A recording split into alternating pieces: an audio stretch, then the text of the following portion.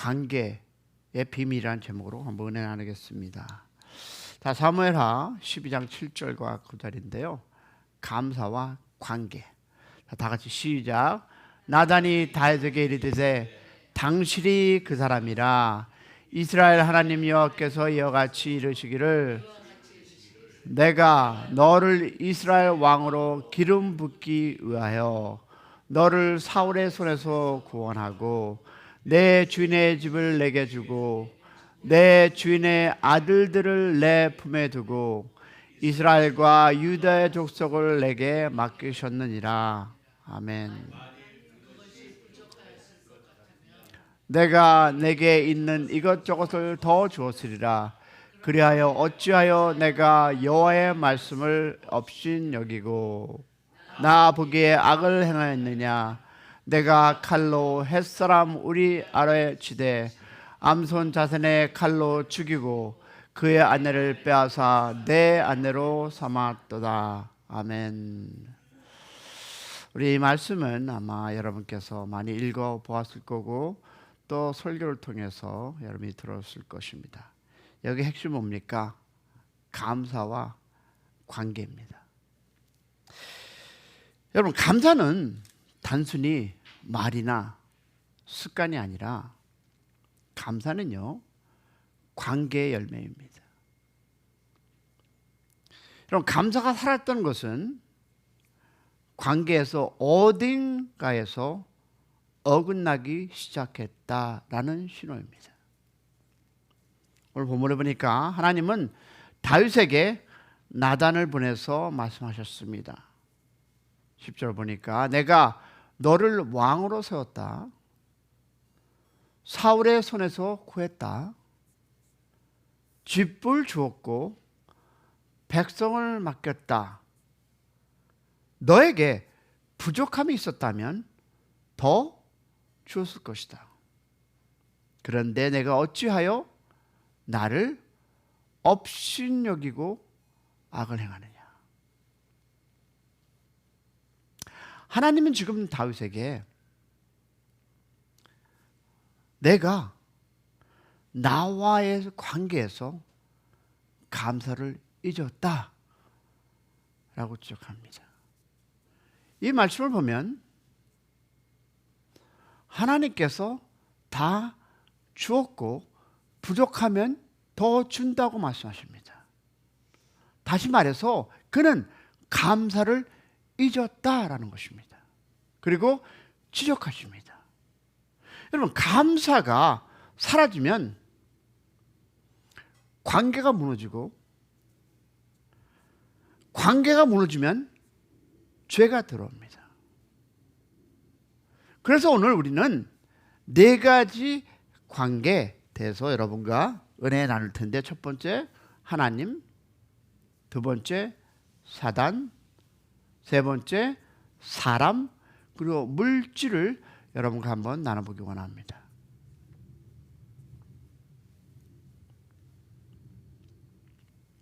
그래서 우리가 이 말씀을 점검하면서 이 네 관계가 우리의 감사의 삶을 결정한다는 것입니다. 자, 첫 번째 중요하죠. 하나님과의 관계입니다. 즉 경외하느냐 아니면 대적하느냐.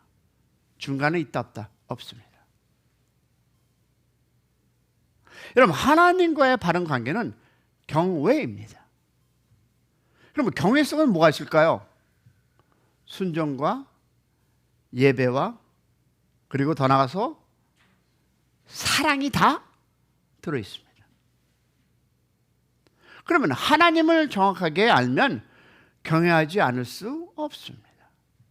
하나님이 어떤 분인지 알게 될수록 하나님 앞에 고개를 숙이고 하나님 앞에 마음이 낮아집니다.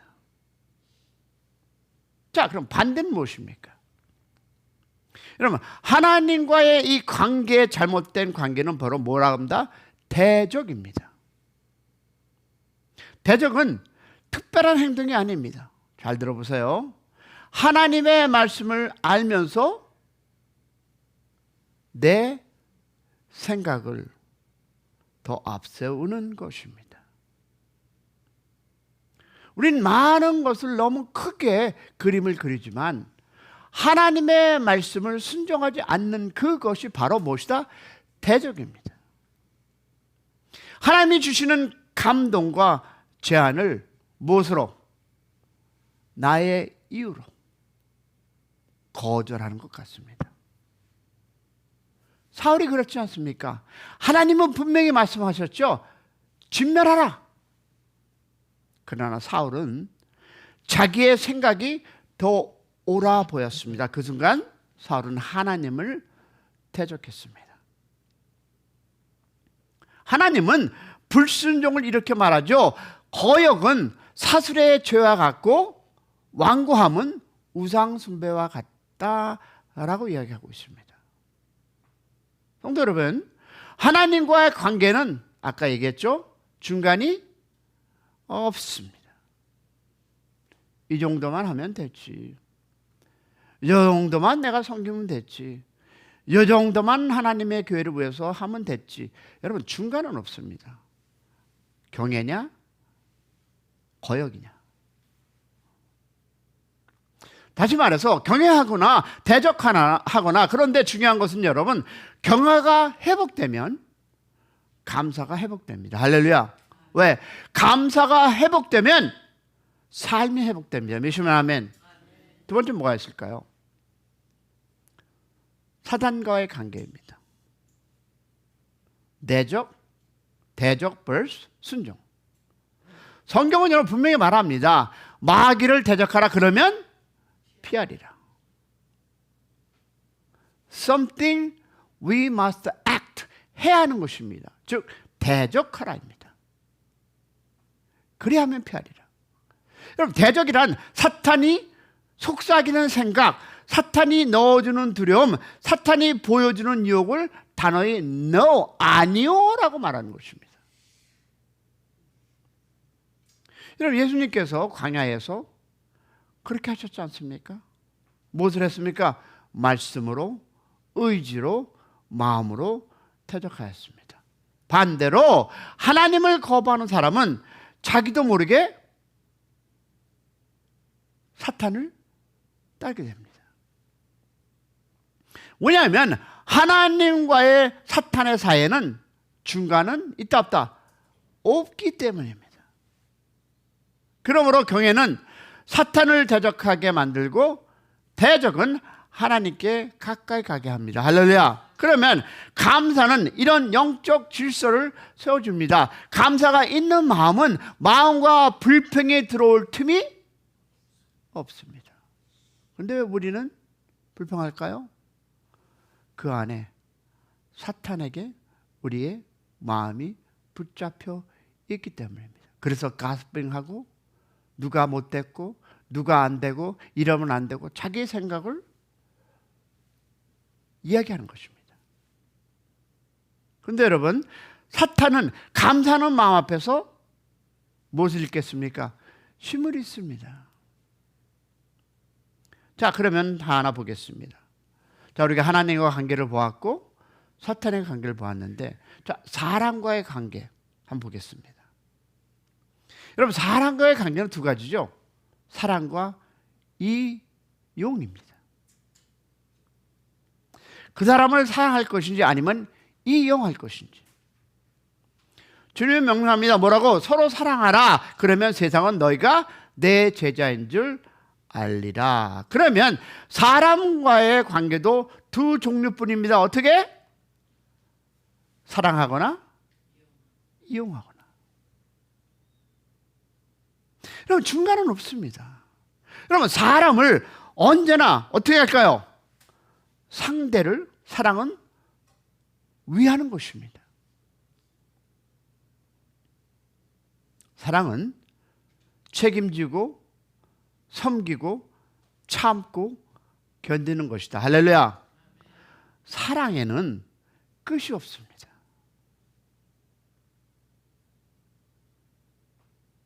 반대로 이용은 어떻습니까? 언제나 나를 위한 것입니다. 내 이익, 내 감정, 내 필요. 여러분, 이용을, 즉 사람을 품지 못하고 이용은 사람을 조롱하는 것입니다. 그렇지 않습니까? 여러분, 이용하는 사람의 마음속에는 언제나 화가 많고 불평도 많고 상대가 내 뜻대로 움직여주지 않으면 쉽게 상처를 받고 상처를 줍니다. 그것이 교회 안에서도 있습니다. 자기가 생각하지 않은 걸 그냥 자기 중심으로 내던집니다. 상대가 어떤 생각을 할지 모르고 그냥 뱉어냅니다. 그런데 상대는요, 상처를 받습니다. 다시 말해서 이용하는 것입니다. 왜? 내 생각대로 안 해주니까 상대에게 뱉어내서 그걸 통해서 상대에게 상처 주는 것. 즉, 내 뜻대로 하라. 여러분, 이것은 사랑이 아닙니다. 내가 사랑해서 이렇게 얘기하는 거야. That's 영어로 하면 BS입니다.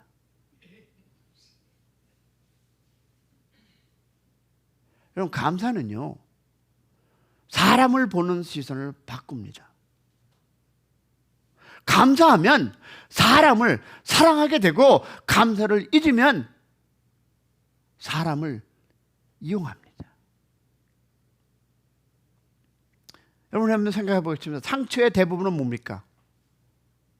내가 이용당했다는 마음에 나오지 않습니까? 맞지 않습니까? 여러분, 그러나 사랑은 끝까지 책임지고 버리지 않습니다. 그래서 감사는 사람을 향한 시선을 부드럽게 합니다. 들으셨어요? 감사는 상대를 보는 그 자체 안에서 사랑을 향해 부드러워진다는 것입니다. 감사는 마음을 넓게 하고 관계를 치유합니다. 자, 네 번째 볼까요? 물질과의 관계입니다. 주신 그 물질을 은혜로 아니면 집착으로 둘 중 하나입니다. 자, 이제 물질의 관계를 살펴보면 이 부분에 여러분 성도님께서 가장 민감할 수 있습니다. 그러나 성경은 물질을 매우 중요한 관계의 영역으로 가르칩니다. 왜? 물질은 원래 사람을 사랑하는 도구입니다. 우리는 물질을 사용해서 누군가를 돕고 섬기고 말로 할 수 없는 사랑을 표현하는 것이 바로 물질입니다. 자, 문제가 되는 것은 물질이 도구가 아니라 주인이 될 때가 문제입니다. 들으셨어요? 물질이 주인이 될 때. 사람은 자신을 위해 주어진 선물을 목적으로 바꿔버릴 때 관계가 뒤틀립니다. 물질이 목적이 되면 상대가 뭐가 될까요? 수단이 됩니다. 사람보다 무엇이 물질이 커지고 감사보다 불안이 커집니다. 자, 히브리서 13장에 이렇게 얘기하죠. 다 같이 시작. 있는 바를 족한 줄로 알라. 내가 너를 버리지 않았다. 내가 너를 떠나지 않는다. 그러면 하나님은 물질이 너를 지켜주지 않는다. 내가 지킨다. 라는 이 말씀을 하고 계십니다. 믿으시면 아멘. 성도 여러분, 그런데 우리는 어떻습니까? 내가 치워야 되고 내가 컨트롤해야 되고 내가 해야 된다 라고 생각하는데 오늘 성경은 뭡니까? 물질이 너를 지켜주지 않는다는 것입니다. 그리고 내가 지킨다는 것입니다.